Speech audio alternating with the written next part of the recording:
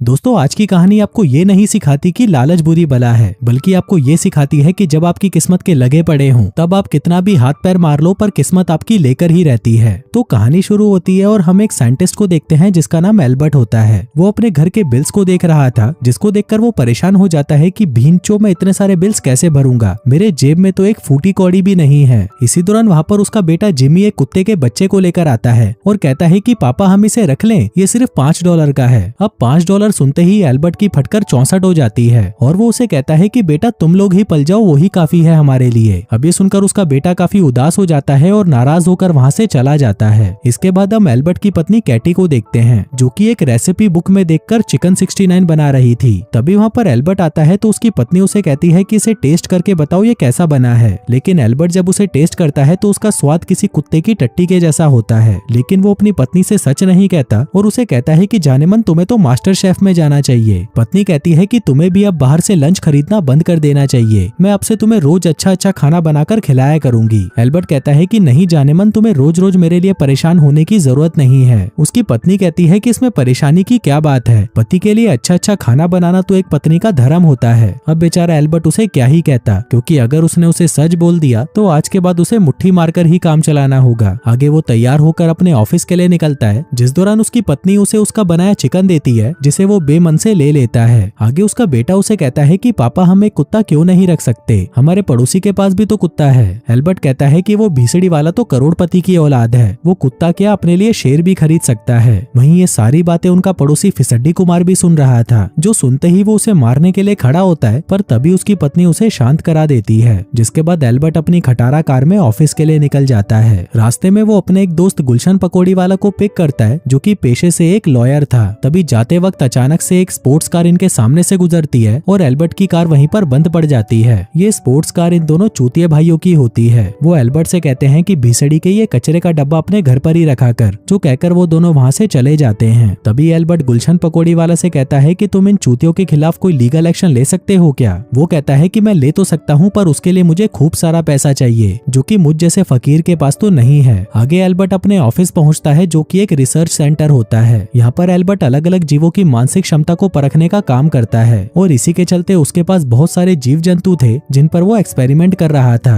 अब वो अपनी वाइफ के बनाए हुए चिकन को उठाकर कचरे में फेंक देता है, पर तभी एक चिंपैंजी उस खाने को कचरे में से उठाकर खा लेता है और कुछ खाना अपनी पास वाली बतख को भी खिला देता है। अब उस चिकन को खाकर चिंपैंजी की तो घीण फट जाती है, लेकिन वो बतख उसे बड़े मजे से खा रही थी। इसी दौरान वहाँ पर एल्बर्ट का बॉस आता है और उससे पूछता है कि ये चिंपैंजी इतनी बुरी तरह से चिल्ला क्यों रहा है। एल्बर्ट कहता है कि शायद ये मुट्ठी मार मार कर परेशान हो चुका होगा, लेकिन उसके बॉस को उसका ये मजाक पसंद नहीं आता। आगे एल्बर्ट उस बतख को टेस्ट के लिए ले जाने लगता है, पर तभी उसका बॉस कहता है कि भीसड़ी के ये क्या कर रहा है तू, आज हम इस बतख पर टेस्ट नहीं करेंगे क्योंकि ये साली एकदम आलसी है, बस खाती है और सोती है। एल्बर्ट कहता है कि एक बार हमें इस पर टेस्ट करके देखना चाहिए, क्या पता इसका दिमाग बहुत तेज हो। अब उसका बॉस उसकी बात मान जाता है और उस बतख का एक टेस्ट लिया जाता है, लेकिन वो बतख तो बस वहाँ पर खड़ी रहती है। तभी स्पीकर में से कुत्ते के भौंकने की आवाज आती है, जिसको सुनकर वो बतख वहाँ पर एक अंडा दे देती है। अब ये देखकर एल्बर्ट का बॉस नाराज हो जाता है और वो उस बतख को बाहर फेंक देता है। आगे वो बतख घूमते घूमते रेडियोलॉजी डिपार्टमेंट में चली जाती है, जहाँ पर कुछ साइंटिस्ट गामा रेडिएशन के ऊपर एक्सपेरिमेंट कर रहे थे और ये वही गामा रेडिएशन है जिससे ब्रूस बैनर हल्क बना था। वहीं वो बतख भी गामा रेडिएशन से रेडियो एक्टिव हो जाती है, लेकिन तभी वहाँ पर बैठे साइंटिस्ट उसे देख लेते हैं और उसे वहाँ से बाहर निकालकर एल्बर्ट के हवाले कर देते हैं। वहीं एल्बर्ट को भी समझ नहीं आ रहा था कि वो इस बतख का क्या करे, इसलिए वो उसे घर लाकर अपने बेटे को दे देता है। कहता है कि ये लो बेटा, तुम्हें एक पेट चाहिए था ना, अब तुम इसका ख्याल रखो। लेकिन उस बतख को देखते ही उसके बेटे का मूड खराब हो जाता है, क्योंकि उसे तो एक कुत्ता चाहिए था। तभी एल्बर्ट अपनी पत्नी से कहता है कि हमें इस डक के लिए जल्दी ही कोई नया घर ढूंढना होगा, क्योंकि हम अपना खर्चा तो उठा नहीं पा रहे, इसका कैसे उठाएंगे। इसलिए जो किसान हमारी कॉलोनी में आता है तुम ये बतख उसे दे देना। दूसरी तरफ जिमी उस डक के साथ खेलने लगता है और कुछ ही समय में उसे वो डक पसंद आ जाता है और वो उसका नाम चार्ली रख देता है। अगले सीन में हम एल्बर्ट और उसकी पत्नी को देखते हैं, जो कि किचन में होते हैं और तभी उन्हें जिमी की आवाज आती है, जो कि मदद के लिए चिल्ला रहा था। तभी एल्बर्ट भागते हुए बाहर आता है और देखता है कि वो बतख पड़ोसियों के स्विमिंग पूल में गिर गया था और उसका पड़ोसी उस बतख को मारने की कोशिश कर रहा था। तभी उनका कुत्ता भी उस बतख के पीछे पड़ जाता है, लेकिन तभी एल्बर्ट उसे बचाने के लिए स्विमिंग पूल में कूद जाता है, पर उनका पड़ोसी एल्बर्ट को भी मारने की कोशिश करता है। लेकिन तभी कैटी उसे स्विमिंग पूल में धक्का देकर अपने पति को बचा लेती है। आगे वो दोनों अपने गार्डन में आ जाते हैं, पर पड़ोसियों का कुत्ता जोर जोर से भौंकने लगता है, जिसको सुनकर वो बतख एक अंडा दे देती है। अब ये देखकर जिमी बहुत खुश होता है और तभी वो बतख एक के बाद एक 3 अंडे देती है। अब उन अंडों को देखकर एल्बर्ट समझ जाता है कि कुत्ते के भौंकने की वजह से ये बतख अंडे देती है। आगे एल्बर्ट जब ये बात अपनी पत्नी को बताता है तो उसकी पत्नी कहती है कि ये तो बहुत अच्छी बात है, क्योंकि अब से हमें फ्री में अंडे मिलने वाले हैं। एल्बर्ट कहता है कि ये बतख रेडियो एक्टिव है, इसलिए इसके अंडों को खाना हमारे लिए ठीक नहीं होगा।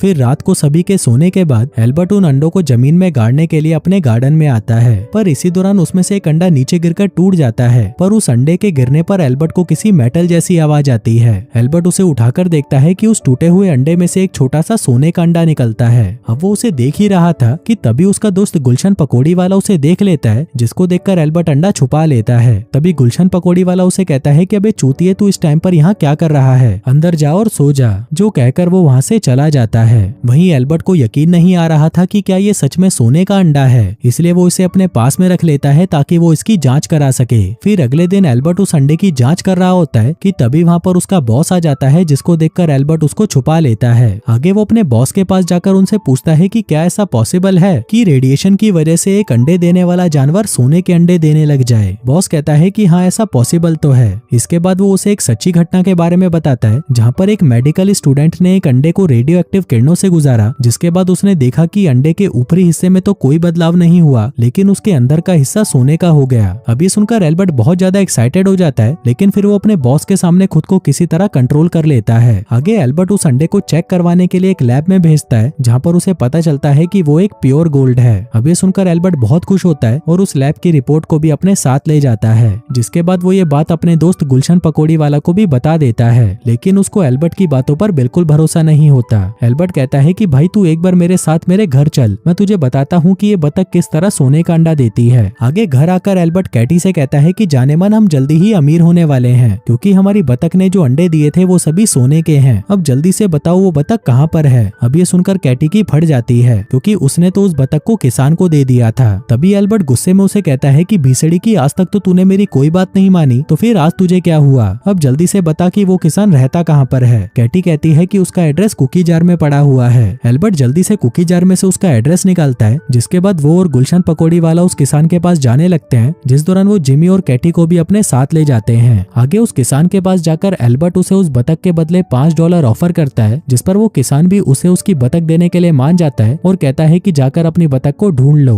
पर एल्बर्ट अंदर जाकर देखता है कि वहाँ पर तो बहुत सारी बतखें होती हैं और उनमें से अपनी वाली की पहचान करना नामुमकिन था। तभी उसके दिमाग में एक आइडिया आता है और वो भौंकना शुरू कर देता है, भौ भौ भौ भौ भाऊ भौ भौ भौ भौ भाऊ। लेकिन उसकी ये तरकीब भी काम नहीं आती। उधर जिमी भी अपनी बतख ना मिलने से काफी उदास हो जाता है और वहाँ का मेन गेट खोल देता है, जिससे सारी बतखें वहाँ से बाहर निकल जाती हैं। पर तभी वो देखता है कि उनमें से एक बतख उसका पीछा कर रही है, जिसको देखकर वो समझ जाता है कि यही उसकी बतख है। तभी एल्बर्ट वहाँ पर आता है और अलग अलग आवाजों में भौंकना शुरू कर देता है, भौ भौ भौ भौ भाऊ भौ भौ भौ भौ भाऊ।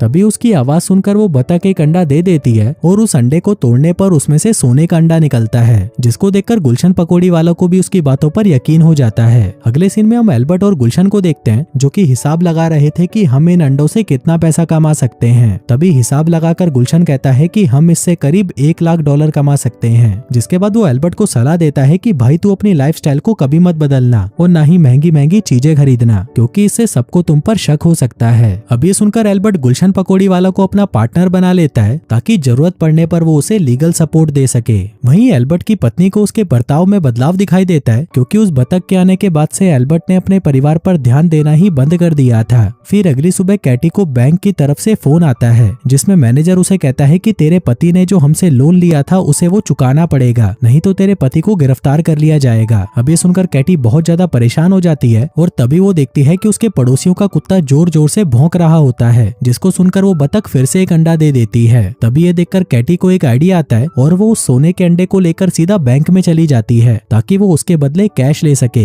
लेकिन बैंक उसे लेने से इनकार कर देता है। आगे मैनेजर उसे कहता है कि तुम्हें ये किसी सुनार को बेचना चाहिए, शायद वो तुम्हें इसके बदले अच्छे पैसे दे पाएगा। अब कैटी भी वैसा ही करती है और वो संडे को एक सुनार को बेचकर उससे $900 का चेक ले लेती है, जिन पैसों से वो अपने लिए नए और महंगे महंगे कपड़े खरीदती है। आगे एल्बर्ट जब अपने घर पर आता है तो वो कैटी से पूछता है कि तुमने ये कपड़े कहाँ से लिए। कैटी उसे सब कुछ बता देती है, जिसे सुनकर एल्बर्ट भड़क जाता है और कहता है कि भीसड़ी की पैसा देखा नहीं कि खर्च करना शुरू भी कर दिया। कल तूने गुलशन की बात नहीं सुनी थी क्या? तभी वहाँ पर गुलशन पकौड़ी वाला भी आ जाता है और कैटी उसको भी बता देती है कि उसने वो सोने का अंडा बेच दिया। ये सुनकर गुलशन उसे कहता है कि तुमने ये बहुत अच्छा किया, क्योंकि वहाँ पर हमें किसी तरह के प्रूफ की जरूरत नहीं है कि हमारे पास ये अंडा कहाँ से आया। जिसके बाद कैटी हर रोज एक नए सुनार के पास जाती है और उन्हें वो अंडा बेच आती है। लेकिन फिर कुछ ही दिनों के बाद ये सोने वाले अंडे की बातें हर जगह पर फैलने लग जाती हैं। उधर दूसरी तरफ हम एल्बर्ट के पड़ोसी फिसड्डी कुमार को देखते हैं, जो किसी स्पेशल फोर्स में काम करता था और उन्हें किसी से पता चला था कि शहर में कई सुनारों के पास अजीब तरह के सोने के अंडे पाए गए हैं। फिसड्डी कुमार को लगता है कि शायद ये माफिया के लोगों का काम है, इससे वो अपना ब्लैक का पैसा व्हाइट कर रहे हैं। इसी दौरान एक ऑफिसर फिसड्डी कुमार को उन लोगों का नाम बताता है जो अक्सर सुनार के पास सोना बेचने जाते थे,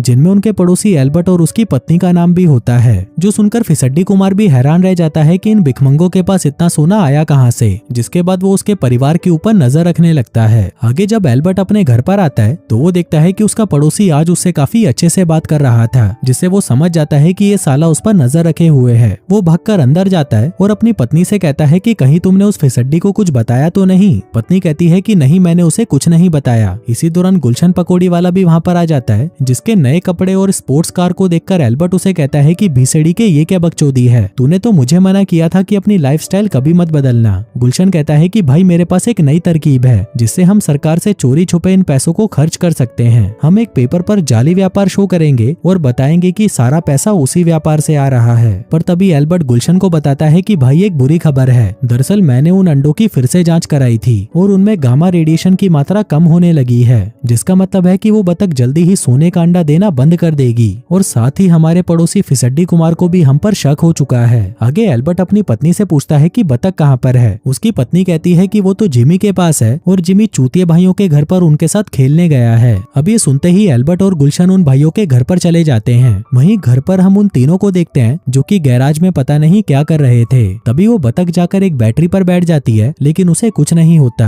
तभी वो दोनों चोमू भाई भी उस बतख के पास आते हैं और देखते हैं कि जो करंट होता है वो सीधा उस बतख की बॉडी से पास हो रही थी, जिसको चेक करने के लिए वो उसकी बॉडी से म्यूजिक सिस्टम चलाकर देखने लगते हैं। पर तभी एल्बर्ट और गुलशन वहाँ पर आकर उस बतख को वहाँ से ले जाते हैं। दूसरी तरफ हम जिमी को देखते हैं, जो कि काफी उदास होता है, क्योंकि उसे लग रहा था कि उसका बाप सिर्फ उस बतख से ही प्यार करता है। उधर एल्बर्ट बतख को घर लाकर उसके सामने भौंकना शुरू कर देता है, ताकि वो उससे ज्यादा से ज्यादा अंडे ले सके। वहीं दूसरी तरफ उनका पड़ोसी उन सभी पर नजर रखे हुए था। तभी वो उस बतख को अंडा देते हुए देख लेता है, जिसको तोड़कर वो उनमें से सोने का अंडा निकालते हैं। वहीं फिसड्डी कुमार की पत्नी भी उसे अपने पड़ोसियों पर नजर रखते हुए देख लेती है। तभी वो उस पर चिल्लाने लगती है और फिसड्डी कुमार पेड़ से नीचे गिर जाता है। आगे फिसड्डी कुमार अपना शातिर दिमाग लगाता है और वो एल्बर्ट के बेटे को एक साइकिल गिफ्ट करके उसे बतख के बारे में सब कुछ उगलवा लेता है। जिसके बाद वो अलग अलग आवाजों में भौंकने की कोशिश करता है। भौ भौ भौ भौ भौ भौ